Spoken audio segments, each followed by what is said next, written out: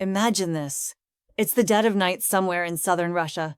A pillar of dark smoke visible for kilometers in every direction climbs from what was once one of the most vital fuel centers in the whole region. 18 out of 20 storage containers are ablaze. Diesel, gasoline, lubricants, all of it destroyed. And approximately 300 kilometers to the north in Moscow, the city's 4 primary airports are closed down, flights grounded, tens of thousands of travelers stuck, and Russia's internet systems, intentionally disrupted by the Kremlin itself, are going silent in a frantic effort to prevent its own people from witnessing what is unfolding in their nation. This is not a sequence from a war film. This is Russia currently. In March 2026, Ukraine just carried out one of the most strategically sophisticated aerial operations we have witnessed since the start of this conflict. And what makes this week distinct from everything that preceded it is not merely the magnitude, it is the statement. A simultaneous multi-front drone operation targeting the center of Russia's capital and the foundation of its military fuel network in the south. 2 objectives, 2 very distinct strategic goals, 1 catastrophic outcome for Putin. So today we are going to analyze everything that occurred. We will examine what Ukraine actually struck, how it struck it, what armaments it employed, what Russia is attempting to conceal, and what all of this signifies for the direction of this conflict. Because the ramifications here extend far beyond a few blazing oil containers and some grounded flights. If you are new here, welcome to Bradley Madden.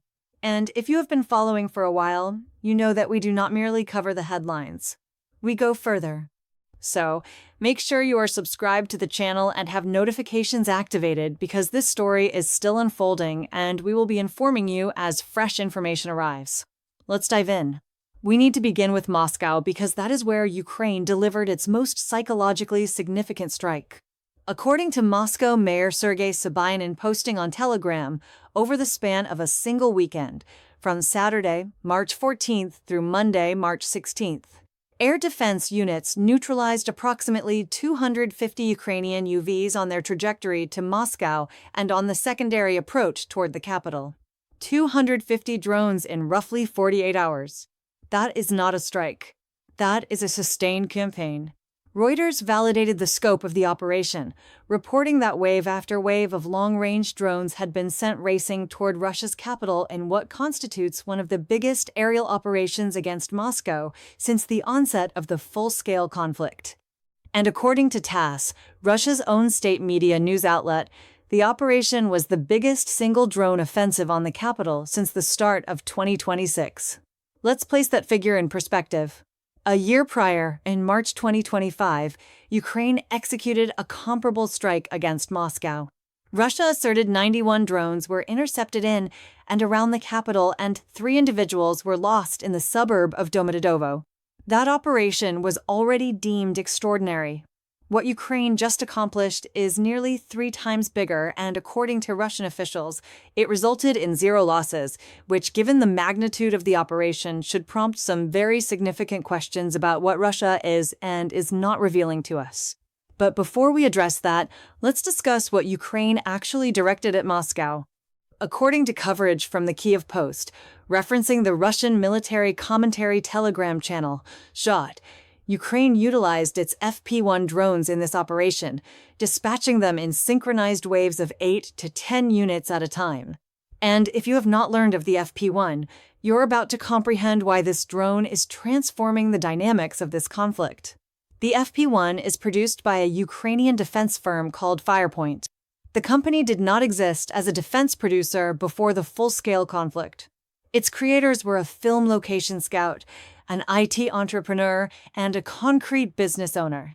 They started constructing the FP-1 in November 2022 with approximately a dozen individuals.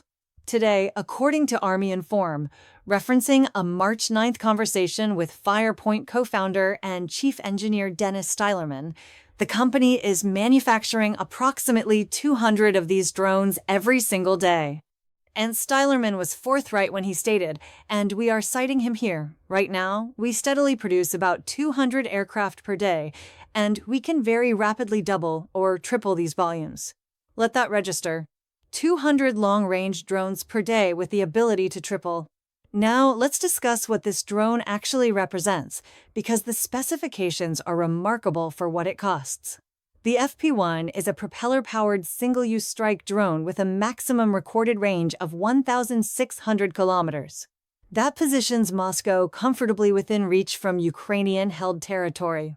It can transport a warhead measuring between 60 and 120 kilograms. And in its most current enhanced configuration, engineers relocated the fuel reservoir into the wing assembly to liberate fuselage room, enabling it to transport a 105 kilograms payload across distances of 1,000 kilometers.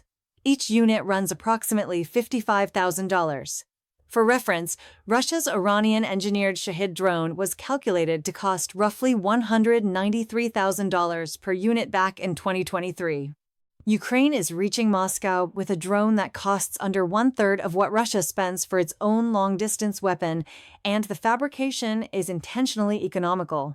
The FP-1's body is constructed from laser-cut plywood joined with groove and slot connections. For a single-use strike drone, that is precisely the correct methodology. You do not require durability. You require volume, cost-effectiveness, and precision. And on all three measures, the FP-1 succeeds. Here is where it becomes even more noteworthy. Firepoint has created 7 iterations of guidance systems over the duration of the conflict. A tempo of advancement that would be notable in peacetime and is remarkable under persistent Russian electronic warfare interference and GPS manipulation. The latest iteration is GPS independent, employing a terrain visual matching system that compares live camera imagery with archived maps. As Stylerman explained it, we developed map matching utilizing an affordable night camera. This will enable us to navigate without GPS and reach the objective precisely. Russia cannot disrupt what does not rely on GPS. That is a foundational change in the drone combat equation. And it is why, regardless of how much Russia commits to electronic warfare, it cannot merely eliminate Ukraine's drone capability by weakening GPS signals. The FP-1 will reach its destination regardless. So, Ukraine dispatched approximately 250 of these drones at Moscow over 48 hours.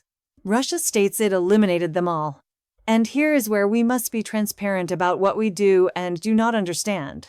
Russia's account on drone operations has been uniform in a very specific manner. Every time Ukraine registers a strike, it is never the drone itself that inflicted the destruction. It is the fragments. Russian air defenses are, according to the Kremlin, fundamentally flawless. And any blaze, any detonation, any destruction that occurs is entirely incidental. The consequence of descending wreckage rather than a complete drone arriving at its objective. We have encountered this account many times across many operations. What we do understand is this. Observers on the ground in Moscow and the neighboring areas documented detonations in at least 8 distinct locations.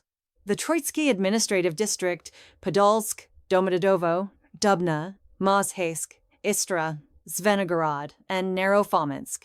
Multiple places, multiple accounts. That is not the acoustic profile of fragments descending from above. And the airports reveal the reality too. Rosaviatsia, Russia's federal aviation agency, enacted flight limitations across 4 of Moscow's primary airports during the operations. Vnukovo, Domodedovo, Zhukovsky, and Sheremetyevo all experienced flights grounded or considerably postponed.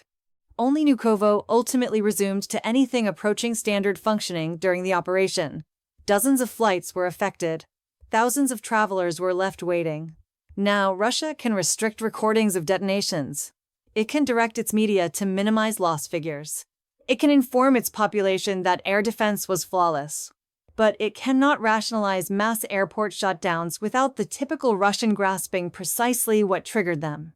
As the Kiev Post observed, flight groundings on this magnitude carry one clear justification. And even those Russians who access only official media will ultimately recognize it. Ukraine's drones were in the airspace over Moscow, dozens of them for 3 straight days.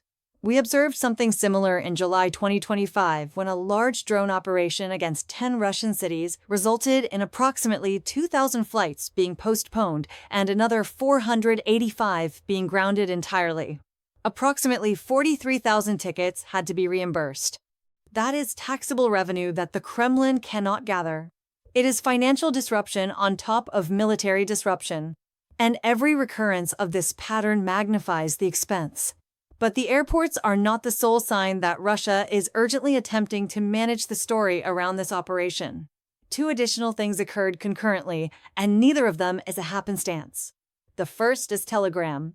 According to the Moscow Times, the same weekend that Ukraine released its unprecedented volley of FP-1 drones also witnessed extensive disruptions of Telegram across Russia. The Moscow Times indicated that the communication app had basically ceased functioning for many Russians who did not employ VPN applications to circumvent restrictions. A wider suppression of Telegram has been expected for April, but the Kremlin seems to have acted prematurely. Why now? Why during this particular operation? The response, when you examine the chronology, is apparent. Telegram is how recordings of detonations circulate in Russia. It is how regular people distribute recordings, how military commentators publish immediate reports, how the reality escapes the Kremlin's meticulously controlled media landscape. Disrupting Telegram during one of the biggest drone operations in the conflict's timeline is not a happenstance. It is narrative management. It is the digital equivalent of switching off the illumination while the structure burns down. The second sign is even more significant. As the Kyiv Post documented on March 15th, a digital shutdown had fallen over both Moscow and St. Petersburg during this same period. Approximately 19 million individuals were disconnected from cellular internet connectivity. Russian officials have provided multiple justifications, including mentions to worries about overthrow planning amid continuing reorganizations at Russia's defense ministry. But the timing aligning exactly with one of the most consequential aerial operations on the Russian capital in the conflict's timeline makes the actual reasoning evident. Russia is concealing the proof. It is disconnecting its own population from the resources they would employ to document, distribute, and examine what is occurring above their heads. Ukraine is prevailing in the narrative contest in Russia's own territory. Not by disseminating messaging, but simply by compelling the Kremlin to reveal its methods every time it disables the internet to obscure what Ukraine is accomplishing. Every shutdown is a concession.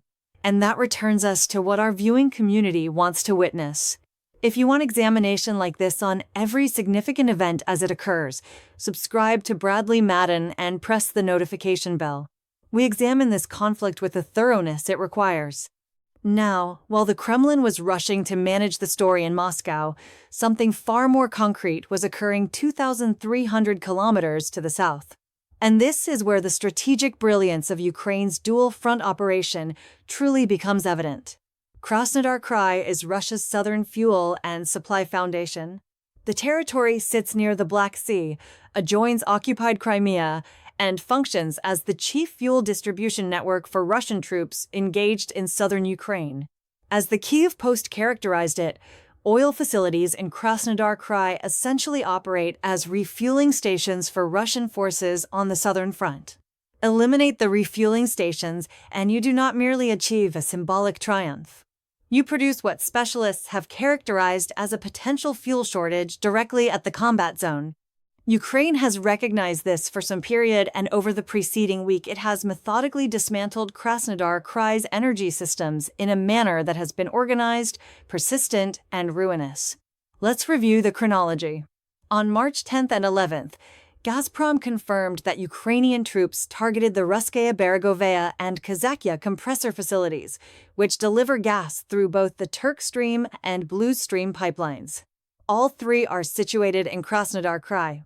Then on March 12th, Ukraine targeted an oil facility near the city of Tykhoretsk. This was not an arbitrary objective.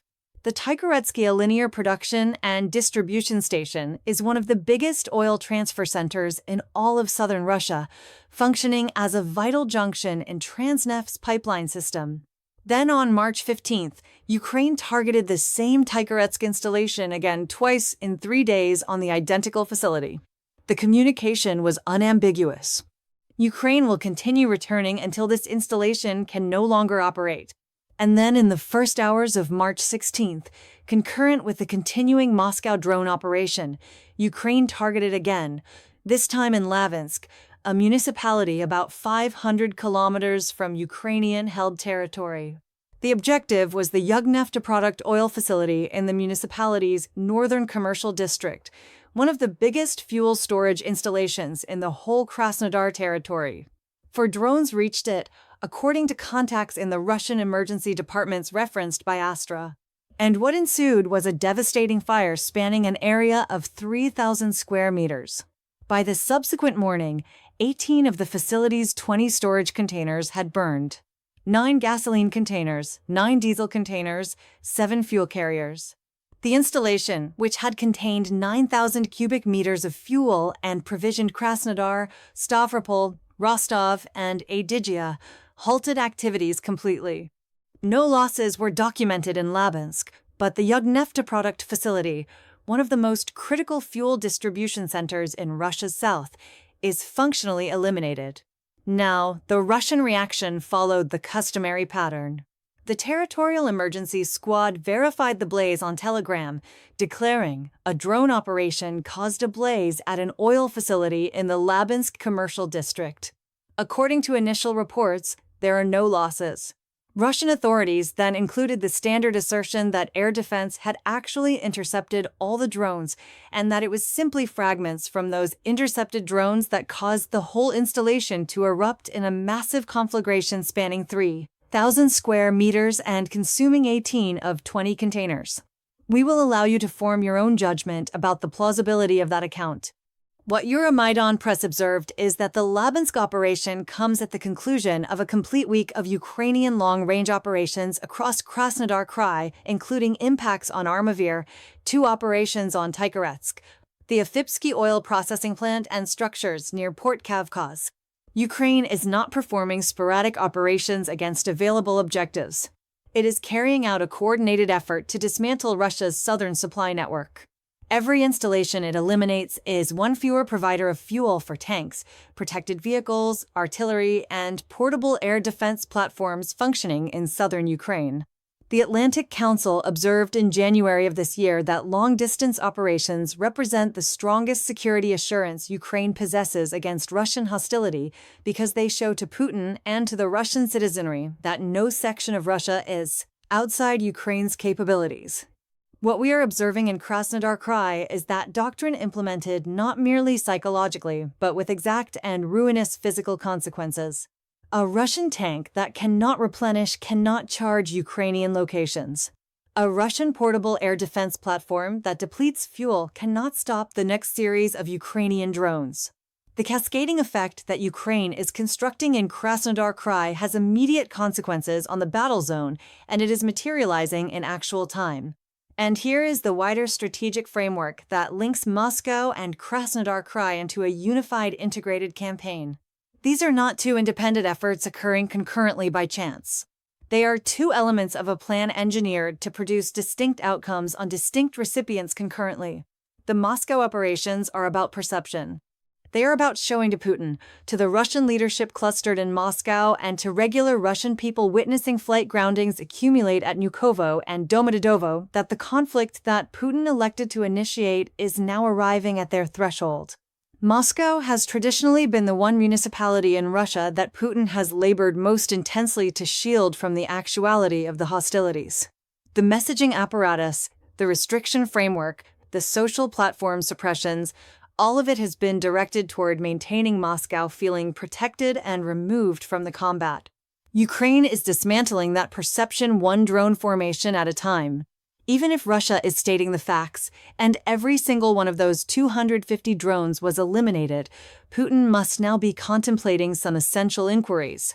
How many can Ukraine dispatch? Will the capital persist in being targeted? What occurs to public trust in his governance if even one barrage penetrates and explodes in downtown Moscow? Because the FP1 is not a scarce or valuable armament anymore. At 200 units per day with the ability to triple, Ukraine can maintain an effort against Moscow endlessly. It can withstand the attrition of even a highly capable air defense and still continue dispatching formations. The arithmetic of drone overwhelming are functioning in Ukraine's benefit. The Krasnodar Krai operations, on the other hand, are about tangible military erosion. They are not designed to alarm the Russian citizenry. They're designed to deprive Russian troops on the southern front of the fuel they require to function. And given the organized nature of the effort, targeting the same installation several times within days, addressing the complete fuel distribution network from compressor facilities to processing plants to storage centers, it seems to be succeeding. Here's where it becomes compelling from a financial standpoint as well. Operation Epic Fury in Iran has driven oil values to rise sharply, with the Financial Times documenting that Russia was generating an additional $150 million per day from oil transactions in the aftermath of that situation. That bonus should theoretically be assisting Putin finance his military apparatus, but blazing oil cannot be marketed. And the organized elimination of oil facilities, extraction stations, processing plants, and compressor facilities across Krasnodar Krai is consuming directly into Russia's capacity to transform that value increase into real income. Ukraine is focusing on the systems that sit between Russian oil beneath the surface and Russian funds in the treasury. Now, let's discuss where this is all progressing, because the strategic direction here is substantial. Firepoint, the organization behind the FP1, is not remaining idle. According to Army Inform, the organization is creating the FP7 ballistic projectile, which finished trial launches in late February 2026, and the FP9, which is aiming for operational readiness by June 2026. If those initiatives perform on timeline, Russia's strategic buffer will offer even less security than it provides currently. The capacity to reach objectives 1,600 kilometers distant with the FP1 already positions essentially all of Russia's western lands within scope. Ballistic projectile functionality from the identical producer would alter the equation completely. And while Firepoint expands its manufacturing across more than 50 dispersed production locations throughout Ukraine, purposefully distributed to prevent any individual Russian operation from disabling production, Ukraine is also advancing forward with the FP5 Flamingo.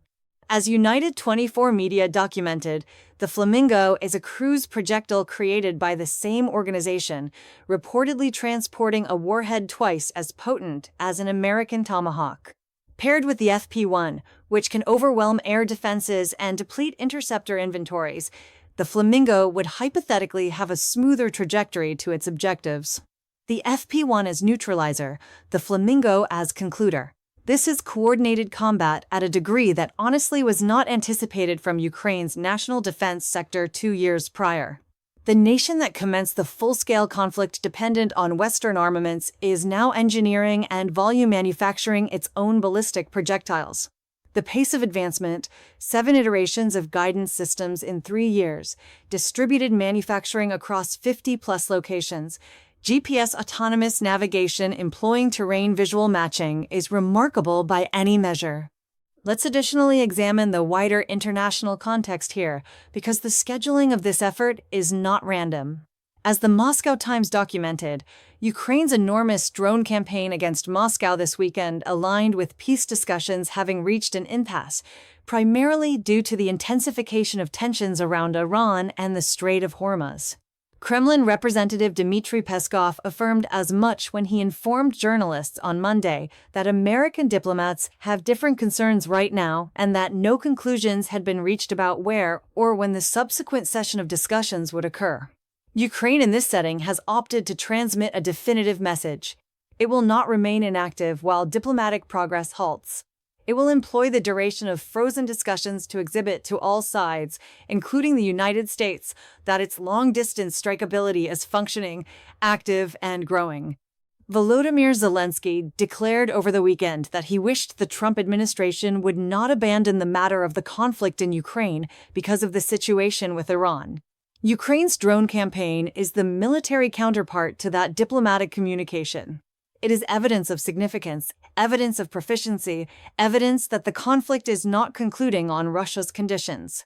Russia, for its role, has attempted to convey an image of complete air defense achievement. 250 drones eliminated, 0 losses, flawless neutralization. But the image that surfaces from the concrete proof tells a more nuanced account. Airports sealed for hours. Hundreds of flights affected. Internet disruptions across 2 principal cities impacting 19 million individuals. Telegram restricted countrywide. Emergency crews activated across multiple Moscow districts. And 800 miles to the south, 18 fuel containers blazing uncontrollably for days. If Russia's air defenses were functioning as promoted, none of the accompanying consequences would be required. You do not disable the internet in Moscow because you effectively eliminated every drone. You disable it because you did not, and you do not wish your population to understand. The Atlantic Council characterized Ukraine's long-range operation approach correctly when it portrayed deep operations as the strongest security assurance Ukraine can possess.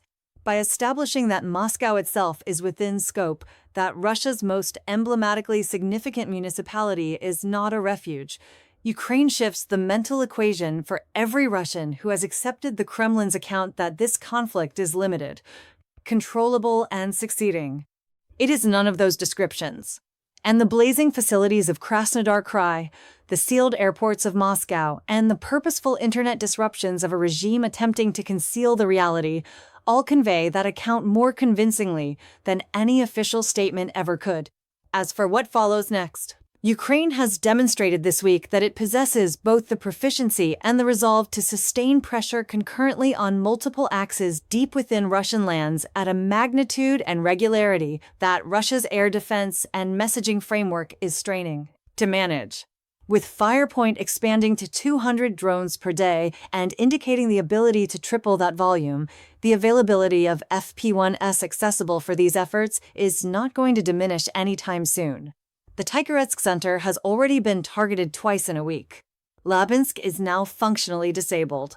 The Afipsky processing plant was targeted. Compressor facilities supplying Turkstream and Bluestream were struck. What survives of Krasnodar Krai's energy systems will persist in being an objective.